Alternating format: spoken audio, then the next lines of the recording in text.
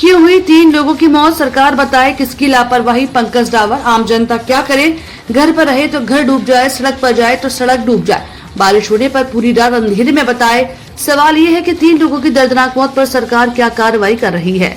बीती रात गुड़गांव में हुई बारिश के दौरान करंट लगने से 3 लोगों की जिंदगी काल के गाल में समा गई। बारिश के दौरान हुए जलभराव में करंट आने से क्वालिटी इंजीनियर, कोरियाई कंपनी के ड्राइवर और एक कंपनी के युवा कर्मचारी की मौत हो गई। इन मौत के पीछे किसकी लापरवाही है, सवाल कांग्रेस नेता पंकज डावर ने भाजपा सरकार से किया। बारिश के दौरान 9 बजे घटना घटती है। 3 लोगों का शव 4 घंटे तक पानी में तैरता रहा। सूचना मिलने के बाद पुलिस शव को बाहर निकालने की कार्रवाई करती है। पंकज डावर ने बताया कि स्ट्रीट लाइट के बगल में नंगी तारें पड़ी थी। जलभराव हुआ तो उधर से गुजरने वाले तीनों व्यक्ति उसकी चपेट में आ गए। शहर में जितने भी बिजली के खंभे हैं, सबके पास इसी तरीके की लापरवाही देखी जाती है। हर महीनों हजारों करोड़ों रुपया बिजली विभाग राजस्व वसूलता है, जिसमें सैकड़ों करोड़ तो खर्चों पर व्यवस्था पर की जाती है। बावजूद शहर की हालत है कि बीती रात जब से बारिश शुरू हुई तो आधे शहर में पूरी रात बिजली गुल रही। इसका अंदाजा विभाग क्यों नहीं लगाता। मौजूद सरकार को इन तीनों मौतों पर अपना जवाब देना चाहिए। मांग है कि जिन लोगों ने जान गंवाई है उनके परिवारों को उचित मुआवजा मिलना चाहिए। देखिए, बहुत ही दुखद घटना है। सबसे पहले तो मैं सभी परिवारों को, तीनों परिवारों को सांत्वना प्रकट करता हूँ। ईश्वर की मर्जी के आगे तो देखिए किसी की चलती नहीं, लेकिन जिस तरीके से ये हादसा हुआ बिल्कुल सरासर अन्याय और नाजायज़ है। इस तरीके से वहाँ वाटर लॉगिंग, एक तार टूट के गिरती है और वहाँ पर 3 लोगों की दर्दनाक मृत्यु हो जाती है। अब गुड़गांव को हम हादसों का शहर भी कह सकते हैं कि वहाँ वाटर लॉगिंग हुई, किसकी लापरवाही है, उनके खिलाफ मुकदमा दर्ज होना चाहिए। और इस तरीके से कह के पल्ला झाड़ लेना कि आप लोग लिख दीजिए नेचुरल डेथ है, ये हादसा हो गया। हादसा किस कारण से हुआ ये जानने वाली बात है कि बिजली विभाग की गलती है तो बिजली विभाग के ऊपर मुकदमा दर्ज होना चाहिए, निगम की गलती है तो निगम के ऊपर मुकदमा दर्ज होना चाहिए। और साथ ही साथ सरकार से एक मांग है कि इन परिवारों को उचित मुआवजा दिया जाए कि इनका कसूर क्या है। कोई नौकरी पे जा रहा है, किसी के छोटे बच्चे हैं, अब करे तो करे क्या।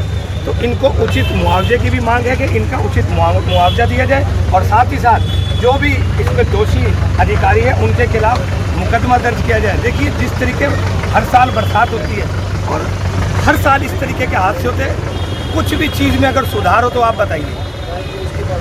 मेट्रो से उतर के आदमी फुटपाथ पे जा रहा है और तार गिर गई, करंट आ गया, उसकी मृत्यु हो गई। अब तारें नंगी छोड़ रखी, ऐसे कितने ट्रांसफार्मर गुड़गांव में मैं दिखा सकता हूँ जिनमें तारें नंगी छोड़ रखी है। तो कहीं ना कहीं लापरवाही, ये अधिकारियों की लापरवाही है। और उसके बाद 9 बजे इनकी डेथ होती है,